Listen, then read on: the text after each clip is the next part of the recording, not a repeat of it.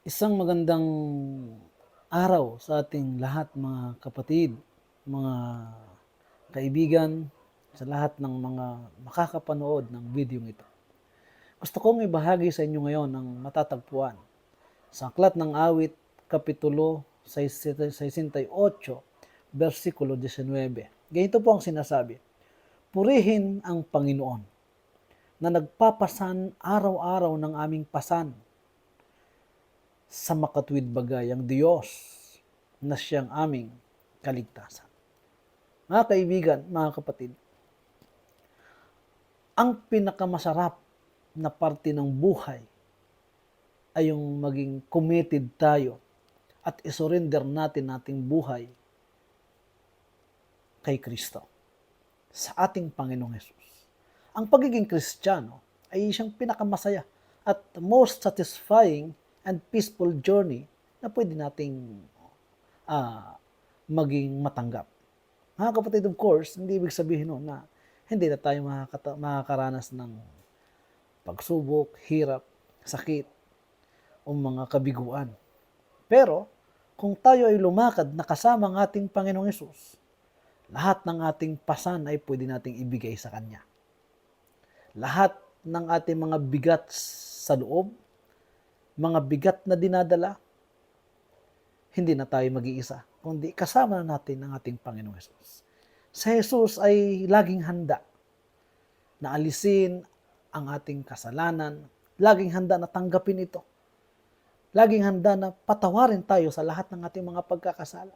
Ito'y dinala niya doon sa bundok ng Kalbaryo, doon sa cross.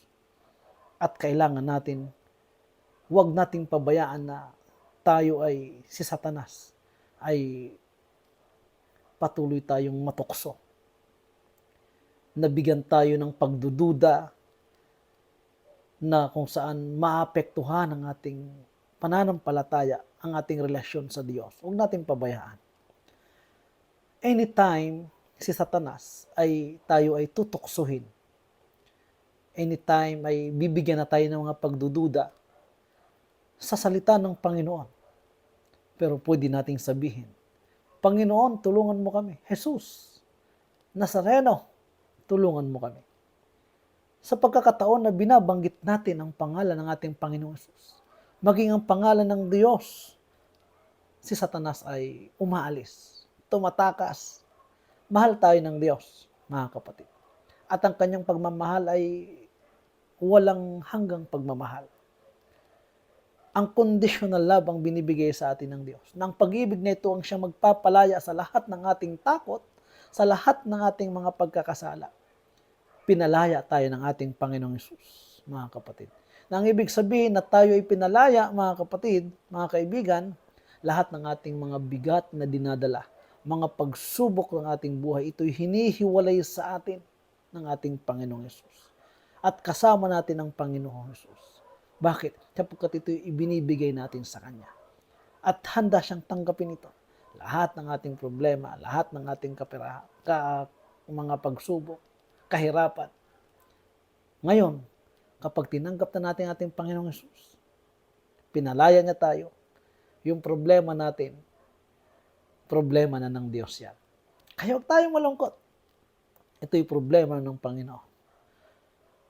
Ang kailangan lang natin gawin, maglaan tayo ng panahon sa ating sarili na palaging makausap ang ating Panginoon sa ating mga personal na devotional. Sa mga panalangin, worship time, unti-unti tayong lumalago.